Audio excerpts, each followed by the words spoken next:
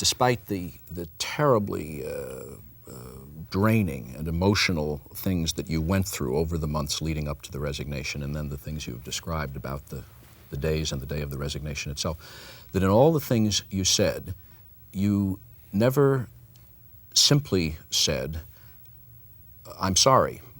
I think people also feel that at a lot of points, if you had gone on television and said, look I was involved in a lot of these things, there were a lot of things that were wrong, I got a country to run, if you're going to impeach me, go ahead and do it, but here it all is. But instead you said, I'm not a crook.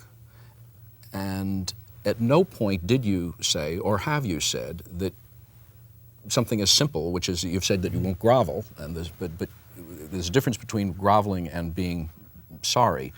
Are you sorry for it?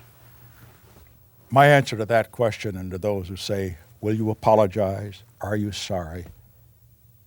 Is simply a fact. There's no way that you could apologize that is more eloquent, more decisive, more finite, or to say that you are sorry, which would exceed resigning the presidency of the United States. That said it all, and I don't intend to say any more. How do you think how would you like to be remembered in history? You know, Henry Kissinger said before I left office that he thought history would rate me as a great president. And my response was that it depended on who wrote the history. A man cannot sit in his own jury. However, if I were to be presenting the case before the jury of history, I think this is what I would say. The instant historians, understandably, are obsessed with Watergate. They see hardly anything else about me except Watergate and rate me very low. I understand that. Historians, maybe 50 years from now, I would hope would see it in more perspective. Yes, there was Watergate, the first president ever to resign the office. That's part of history. But there's also a more positive part. As far as the presidency is concerned, I'm the president that opened relations with China after 25 years of no communication. I ended a war in Vietnam in which there were 550,000 Americans there when I came in, and none when I left. I ended the draft. I negotiated the first arms control agreement with the Soviet Union. I restored balance to the Supreme Court through my appointments. I initiated programs in the field of the environment and hunger and cancer and drugs that I think are very sound building blocks for the future. These are positive achievements. They must be there along with the negative ones. And I hope that the jury of history would consider that. I'd say finally, however, that as far as history is concerned, that my proudest legacy is something else. Winston Churchill, in his book Great Contemporaries, wrote of Prime Minister Asquith, great British Prime Minister at the beginning of World War I. And he said his best memorial is his family. And I would say that my best memorial are my children. And I would say that for Mrs. Nixon in spades, because she made them what they are.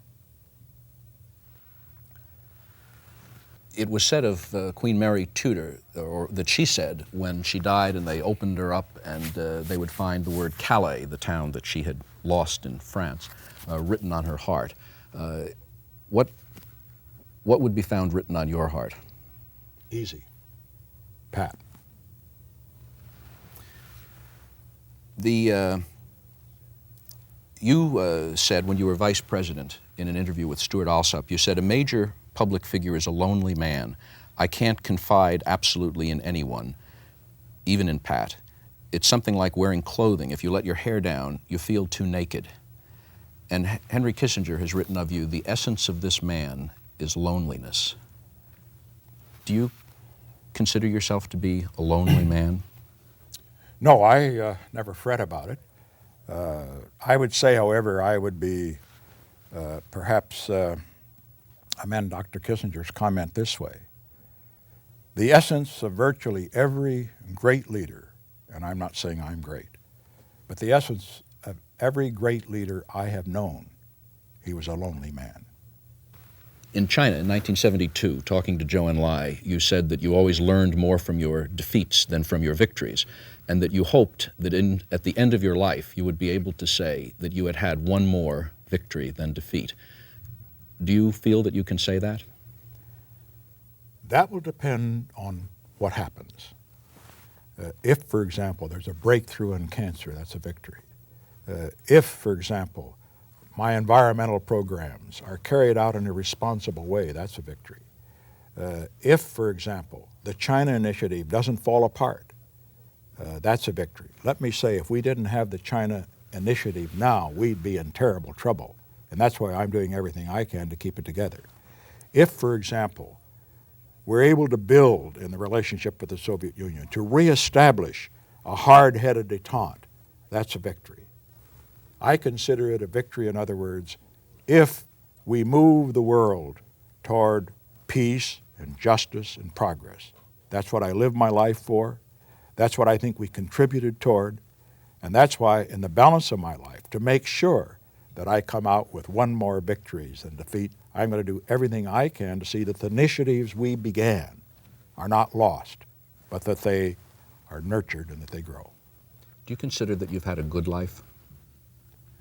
I don't get into that kind of crap.